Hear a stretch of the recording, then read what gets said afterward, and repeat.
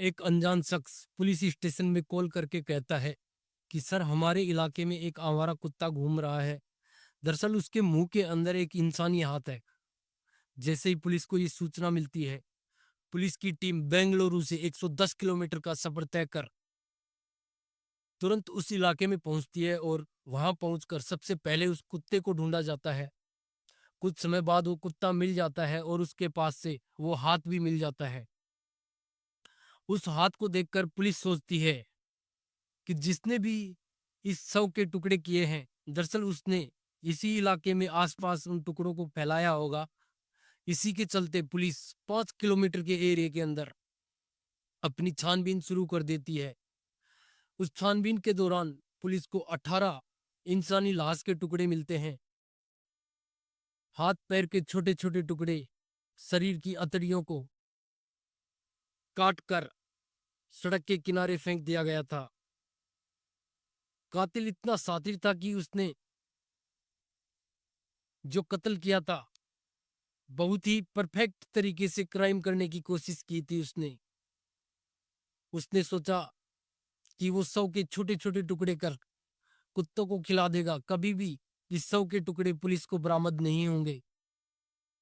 लेकिन जैसे ही एक कुत्ते के मुंह से एक इंसानी हाथ मिलता है पुलिस को, और जब उसे पुलिस उस हाथ को देखती है, तो पुलिस को तुरंत समझ आ जाता है कि वो किसी महिला का हाथ था। लेकिन ये मालूम नहीं होता कि दरअसल वो महिला कौन है और उसका कत्ल क्यों किया गया है। आज के वीडियो के माध्यम से हम यही जानने की कोशिश करेंगे कि दरअसल इस घटना में कितनी सच्चाई है। नमस्कार दोस्तों, मैं हूं युग बगड़िया और आज जो आपके लिए सच्ची घटना लेकर आया हूं, दरअसल यह सच्ची घटना कर्नाटक प्रदेश का एक जिला है, तुमकुरू। और तुमकुरू जिले में ही एक गांव लगता है, कोराला गांव। बात है 7 अगस्त 2025 की सुबह 10 बजे के आसपास। एक आवारा कुत्ता अपने मुंह में इंसानी हाथ लिए घूम रहा है। जैसे ही उस पर एक व्यक्ति की नजर पड़ती है, वो उसके पीछे दौड़ता है, उससे उसके मुंह से उस हाथ को छुड़ाने की कोशिश करता है। लेकिन कुत्ता हाथ को छोड़ने की बजाय डर के मारे इधर उधर गलियों में भगने लगता है। जैसे ही कुत्ता इधर उधर भगता है, काफी लोग इस दृश्य को देखते हैं। लोगों का जमावड़ा इकट्ठा हो जाता है और सभी लोग आवाज करते हुए इस कुत्ते के पीछे पड़ जाते हैं। उसे घेर कर उस कुत्ते से उस इंसानी हाथ को छुड़ा लिया जाता है। अब वहां पर काफी डर का माहौल बन जाता है। सभी लोग आपस में बातचीत करते हैं, दरअसल ये हाथ किसका है। तभी लोगों की नजर पड़ती है कि उस हाथ की एक अंगुली के अंदर अंगूठी है और हाथ के अंदर कुछ चूड़ियां हैं, जिन्हें देखकर सभी लोगों को समझ आ जाता है दरअसल वो हाथ किसी महिला का था। तभी वहां से एक व्यक्ति पुलिस को कॉल करता है और वहां की सारी वारदात बताता है। पुलिस को जैसे ही ये सूचना मिलती है, पुलिस तुरंत मौके पर पहुंचती है और देखती है कि एक बड़ी तादाद में भीड़ उस हाथ को देख रही है और काफी बातचीत आपस में खुसफुस चल रही है। अब पुलिस सबसे पहले उस हाथ को अपने कब्जे में लेती है और पुलिस भी देखती है कि हाथ की एक अंगुली में अंगूठी है और हाथ के अंदर कुछ चूड़ियां हैं, जिन्हें देखकर पुलिस को भी तुरंत समझ आ जाता है कि वो किसी महिला का हाथ था। लेकिन पुलिस के सामने सवाल थे कि ये महिला कौन है और इसकी हत्या क्यों की गई है और इसके शरीर के जो टुकड़े हैं वो कहाँ हैं। तमाम तरीके के सवाल थे। हर कोई यही जानना चाहता है कि दरअसल ये महिला कौन है, इसकी हत्या किसने की है। बात जिले के एसपी तक पहुंचती है। उसके बाद कई डीएसपी, कई इंस्पेक्टर, सब इंस्पेक्टर, सभी को मिलाकर कई पुलिस की टीमों का गठन किया जाता है और सभी टीमों से कहा जाता है कि जितनी जल्दी हो सके इस बात की तह तक जाया जाए और पता किया जाए कि दरअसल ये मामला क्या है। इसके बाद forensic team, dog squad team, police की अलग अलग टीमें उस इलाके में मौके पर पहुंच जाती हैं और अपनी जांच पड़ताल में जुट जाती हैं। डॉग स्क्वाड टीम अपने कुत्तों को उस हाथ को सूंघाया जाता है। जैसे ही कुत्ते उस हाथ को सूंघते हैं, उसके बाद दौड़ना स्टार्ट करते हैं। उस 5 किलोमीटर के एरिया में जब छानबीन की जाती है, तो छानबीन के दौरान 18 इंसानी लाश के टुकड़े मिलते हैं, जिन्हें जब जोड़कर देखा जाता है तो पता लगता है कि अब भी उसमें सर नहीं था। पुलिस इस बात से काफी परेशान थी कि आखिर सर कहाँ है। पुलिस पे काफी दबाव था, लोगों का दबाव था, ऊपर से दबाव था। दरअसल धीरे धीरे करके जैसे जैसे समय गुजर रहा था, टीवी चैनलों के द्वारा पूरे कर्नाटक प्रदेश के अंदर ये खबर फैल चुकी थी। अब पुलिस के सामने यही सवाल थे कि आखिरकार सर कहाँ है। सर के बिना उस महिला का पता नहीं लग पा रहा था कि ये महिला कौन है। उसकी पुष्टि नहीं, पहचान नहीं हो पा रही थी। अब पुलिस के पास जब कोई रास्ता नहीं बचता तो पुलिस पूरे प्रदेश में, खासकर तुमकुर जिले के आसपास के थानों में ये सूचना भेजती है और पता करने की कोशिश करती है। पूछती है कि यहाँ पर किसी महिला की गुमशुदगी की रिपोर्ट दर्ज हुई है क्या। तभी एक तुमकुर जिले का ही बेलावी थाना लगता है, वहां से सूचना आती है कि हाँ सर, यहाँ पे दरअसल एक व्यक्ति आता है 4 अगस्त 2025 की शाम को, और उसका कहना था कि सर 3 अगस्त 2025 को उसकी पत्नी उसकी बेटी से मिलने गई थी, लेकिन वो घर पर नहीं लौटती। जब वो घर पर नहीं लौटती तो वह इंसान उसका काफी इंतजार करता है, उसे ढूंढता है, अपनी बेटी को फोन करता है और उसे पूछता है कि तुम्हारी माँ आई थी, वो वापस घर नहीं पहुंची। साफ बेटी कहती है कि माँ तो यहाँ से चली गई, लेकिन जब मेरी बीवी घर पर नहीं पहुंचती है तो मैंने खूब इंतजार किया, खूब उसे ढूंढा। पूरी रात गुजरने के बाद अगली सुबह 4 अगस्त 2025 को भी वह इंसान ढूंढता है, और जब उसका कुछ अता पता नहीं लगता तो वो पुलिस को कहता है कि दरअसल मेरी बीवी, जिसका नाम लक्ष्मी अप्पा लक्ष्मी देवप्पा है और जिसकी उम्र लगभग 42 वर्ष के आसपास है। जैसे ही पुलिस को ये सूचना मिलती है तो पुलिस उस व्यक्ति से कांटेक्ट करने की कोशिश करती है जिसने एफआईआर दर्ज करवाई थी। दरअसल उस व्यक्ति का नाम वसुराज होता है, और उससे कांटेक्ट कर उसे बुलाया जाता है। जैसे ही वसुराज वहां पहुंचता है तो पुलिस उसे वो 18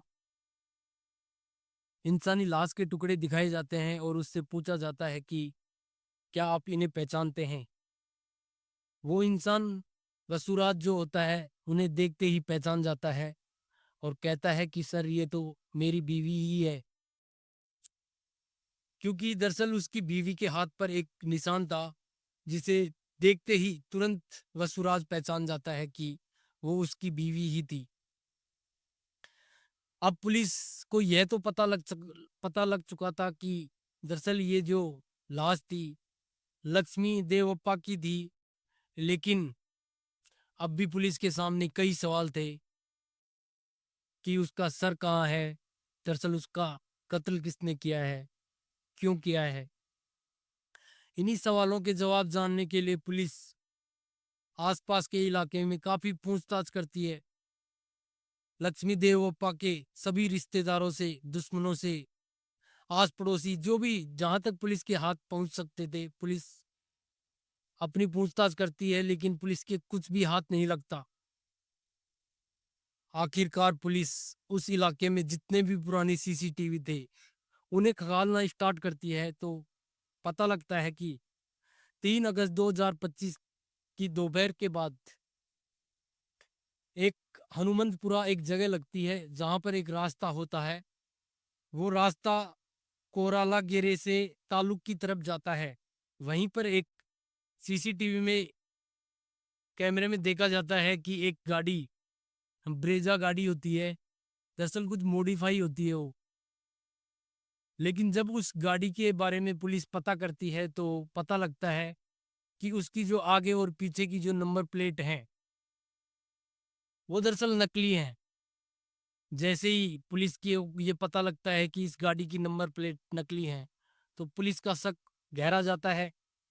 लेकिन वो गाड़ी थोड़ी मॉडिफाई थी, इसी वजह से उस गाड़ी की तस्वीर को आसपास के इलाके में फैलाया जाता है और पूछताछ की जाती है। तो पता लगता है कि दरअसल यह गाड़ी एक सतीश नाम के व्यक्ति की है। जब पुलिस उस व्यक्ति से कांटेक्ट करने की कोशिश करती है, उसका पता करने की कोशिश करती है, तो उसका पता नहीं लग पा रहा था। फोन करे तो फोन स्विच ऑफ आ रहा था। लेकिन पुलिस के सामने एक शख्स ऐसा आ चुका था इस मर्डर के बाद में, जिसके ऊपर पुलिस को काफी शक हो रहा था। अब पुलिस उस सतीश की कॉल की मोबाइल की सीडीआर निकलवाती है, तो पता लगता है कि सतीश एक महिला किरण के संपर्क में भी है, जिससे उसकी काफी बातचीत होती है। पुलिस उस महिला किरण तक पहुंचती है और उसे अरेस्ट करती है। किरण जैसे ही किरण को जैसे ही पुलिस अरेस्ट करती है, उससे पूछताछ करती है, तो किरण इधर उधर की बातें करती है। लेकिन पुलिस जब सख्ती से कार्रवाई करती है, पूछताछ करती है, तो किरण घबरा जाती है और वो सतीश का नाम लेती है कि सर मुझे कुछ नहीं मालूम, आप उसी से सब कुछ पूछ सकते हो, मैं कुछ नहीं जानती। इस तरीके की बातें कहती है। उसके बाद किरण के माध्यम से सतीश को भी गिरफ्तार कर लिया जाता है। जब उन दोनों को बैठाकर पुलिस सख्ती से उनसे पूछताछ करती है, तब एक तीसरे शख्स का नाम सामने आता है, जो कि वहां का एक जाना माना डॉक्टर होता है। दरअसल उस डॉक्टर का नाम होता है रामचंद्रप्पा। अब सतीश तोते की तरह बताना स्टार्ट करता है कि सर, एक रोज की बात है कि मेरे दांत में दर्द होता था। इसी के चलते मेरी मैं कहीं भी मेडिकल से दवाई ले लेता था और ठीक हो जाता था। लेकिन एक रोज मेरी बीवी कहती है मुझसे कि क्यों ना आप यही जो आपके पड़ोस में इतने अच्छे डॉक्टर हैं, उनसे ही क्यों ना आप अपने दांत का इलाज करवा लो। तो मैंने जवाब दिया कि नहीं, मेरी इनसे कुछ अच्छी खासी पड़ती नहीं है, इसी वजह से मुझे पसंद नहीं इनके पास जाना। लेकिन जब बीवी ने कहा कि तुम्हारा ईगो बड़ा है या फिर तुम्हारा शरीर, तब मैं अपनी बीवी की बात मानकर डॉक्टर साहब के पास पहुंच जाता हूं अपने दांत का इलाज करवाने। तभी डॉक्टर साहब के पास पर्ची लगवा कर लाइन से जब मेरा नंबर आता है, तो डॉक्टर साहब मुझसे कहते हैं कि अरे भाई सतीश, तुम्हें लाइन में नंबर लगवाने की जरूरत कहाँ थी, तुम तो सीधे मेरे पास आ जाते, मैं तुम्हारा इलाज कर देता, पहले ही देख लेता तुम्हें। और उसके बाद बड़े ही प्रेम से डॉक्टर साहब मेरा इलाज करते हैं। और जो मैं फीस देता हूँ उन्हें, तो वो कहते हैं कि पड़ोसी हो तुम, इतने अच्छे पड़ोसी हो, हम तुमसे काहे की फीस लेंगे। और जो मैंने नंबर लगवाते वक्त जब जो रसीद बनवाई थी, उसके पैसे भी मुझे वो डॉक्टर साहब वापस दे देते हैं। इस तरीके से डॉक्टर साहब से मुलाकात होती है सतीश की। और कुछ ही समय बाद डॉक्टर साहब कहते हैं कि यार, मुझे तुमसे एक काम है, मैं तुम्हें कुछ पैसे दे दूंगा, मुझे किसी का मर्डर करवाना है। सतीश भी दोस्त निकला तो ऐसा कि डॉक्टर साहब को कहता है कि डॉक्टर साहब, कैसी बात कर रहे हो आप, आपके लिए हम किसी को भी मार सकते हैं, आप बताइए आपके लिए क्या करना है। इस तरीके से जब सतीश बताना स्टार्ट करता है, तो अब पुलिस डॉक्टर साहब रामचंद्रप्पा को गिरफ्तार करने के लिए निकलती है, उसका पता लगाने की कोशिश करती है। तो पता लगता है कि डॉक्टर साहब तो घर पर है ही नहीं, वो तो दरअसल धर्मस्थला घूमने के लिए चले गए, दर्शन करने के लिए चले गए। अब ऐसे ही पुलिस को पता लगता है कि डॉक्टर साहब धर्मस्थला घूमने गए हैं। पुलिस को लगता है कि कहीं डॉक्टर साहब हाथ से ना निकल जाए, तो पुलिस अपनी टीम के साथ धर्मस्थला पहुंच जाती है। और 11 अगस्त 2025 को ही डॉक्टर साहब को धर्मस्थला से पुलिस गिरफ्तार करती है। अब उसके बाद इन तीनों को, डॉक्टर साहब, सतीश और किरण, तीनों को साथ में बैठा कर पुलिस जब इनसे सख्ती से पूछताछ करती है, तो डॉक्टर साहब तोते की तरह बोलने लगते हैं और वो बताते हैं कि साहब, दरअसल जो मेरी सास है उसका कैरेक्टर थोड़ा खराब है। उसी के चलते मुझे लगता था कि उसका प्रभाव मेरी बीवी पर ना पड़े, तो मैं हमेशा चाहता था कि वो मेरी बीवी से दूर रहे। लेकिन जब भी उसकी इच्छा होती, जब उसकी मर्जी होती, अपना मुंह उठाकर चली आती थी और मुझे इन चीज़ों से काफ़ी तकलीफ होती थी। इसी के चलते मैं 6 महीने से ये सब प्लान बना रहा था कि क्यों ना मेरी सास को मैं रास्ते से हटा दूँ। तो एक रोज़ जो सतीश मेरे पास इलाज के लिए आता है और मैंने इसका फ्री में इलाज किया, इस तरीके से दोस्ती की और मैंने इससे कहा कि क्यों ना तुम मेरे लिए एक काम कर सकते हो, मैं तुम्हें इस काम के 4-4 लाख रुपए दूँगा। जब सतीश डॉक्टर साहब को हाँ भर देता है कि हाँ, आपके लिए हम किसी को भी मार सकते हैं, तो सतीश जो किरण को साथ में लेता है और 4-4 लाख रुपए का इनकी बातचीत हो जाती है। इसी के चलते डॉक्टर साहब इनको 50-50 हज़ार रुपए एडवांस भी दे देते हैं। जब 3 अगस्त 2025 को डॉक्टर साहब की सास उसके घर पर बेटी से मिलने के लिए आती है, घंटे 2 घंटे जब वो बेटी से मिलकर जाने के लिए कहती है कि मैं चलो ठीक है अब निकलती हूँ, तभी डॉक्टर साहब कहते हैं, क्यों ना सासू माँ आपको आपके घर तक मैं छोड़ देता हूँ। तो माँ को लगता है, सासू माँ को, कि ये तो बहुत अच्छी बात है, गाड़ी में बैठकर जाऊंगी। तो वो तुरंत हाँ भर देती है और कहती है क्यों नहीं, मुझे अच्छा लगेगा। डॉक्टर साहब गाड़ी के ड्राइवर सीट पे बैठ जाते हैं और कंडक्टर सीट पे अपनी सासू माँ को बैठा लेते हैं। लेकिन सासू माँ को कुछ भी अंदेशा नहीं था कि उसी गाड़ी में पीछे सतीश और किरण बैठे थे, जो आज उसकी हत्या करने वाले थे। दरअसल जैसे ही गाड़ी कुछ दूरी पर जाती है तो सतीश और किरण उसी लक्ष्मी देवप्पा की साड़ी से उसका गला घोटकर उसका गला दबाते हैं और उसकी हत्या कर देते हैं। जब उसकी हत्या हो जाती है तो वो सोचते हैं कि अब इसकी लाश को कहाँ ठिकाने लगाया जाए, रास्ते में कहीं डाल देंगे। तब लाश को जब पुलिस जब्त करेगी, पुलिस को सूचना मिलेगी, तब हम शायद फंस जाएंगे। कहीं नदी में डालेंगे तो लाश जो है फूल कर ऊपर आ जाएगी, तब भी वो लाश पुलिस को मिल जाएगी। यही सब चीजें सोचकर सतीश कहता है कि डॉक्टर साहब, क्यों ना हम लाश के छोटे छोटे टुकड़े कर दें और इसे अलग अलग इलाके में डाल देंगे, ताकि कुत्ते कोई भी जानवर इन्हें खा जाएंगे लाश के टुकड़ों को, और पुलिस को कुछ भी पता नहीं लगेगा। यही सब सोचकर डॉक्टर एक वो डॉक्टर डॉक्टर था, वो ऐसे प्रोफेशनल तरीके से लाश के टुकड़े करता है और उसके बाद उसे अलग अलग जगह पर उन टुकड़ों को डाल देते हैं, ताकि उन्हें कुत्ते खा जाएंगे और पुलिस को लाश का कोई भी टुकड़ा नहीं मिलेगा। आखिरकार डॉक्टर साहब और उसके साथी जुर्म को कबूल कर लेते हैं। उसके बाद उन तीनों को जेल भेज दिया जाता है। और जो डॉक्टर साहब की पत्नी होती है, लक्ष्मी देवप्पा की बेटी होती है, दरअसल उसे इस जुर्म के बारे में कुछ भी नहीं पता था, वो बेकसूर होती है। उसे बिल्कुल भी अंदेशा नहीं था कि उसके पति ने उसकी माँ के साथ इतनी दर्दनाक उसकी हत्या कर दी गई है। और जो पुलिस का जो सर्च ऑपरेशन चल रहा था जंगल में लाश के टुकड़े ढूंढने वाला, वो सर्च ऑपरेशन 8 अगस्त तक चलता है, 3 से 4 दिन चलता है। उसी दौरान महिला का सर भी मिल जाता है। जब पुलिस इस घटना के बारे में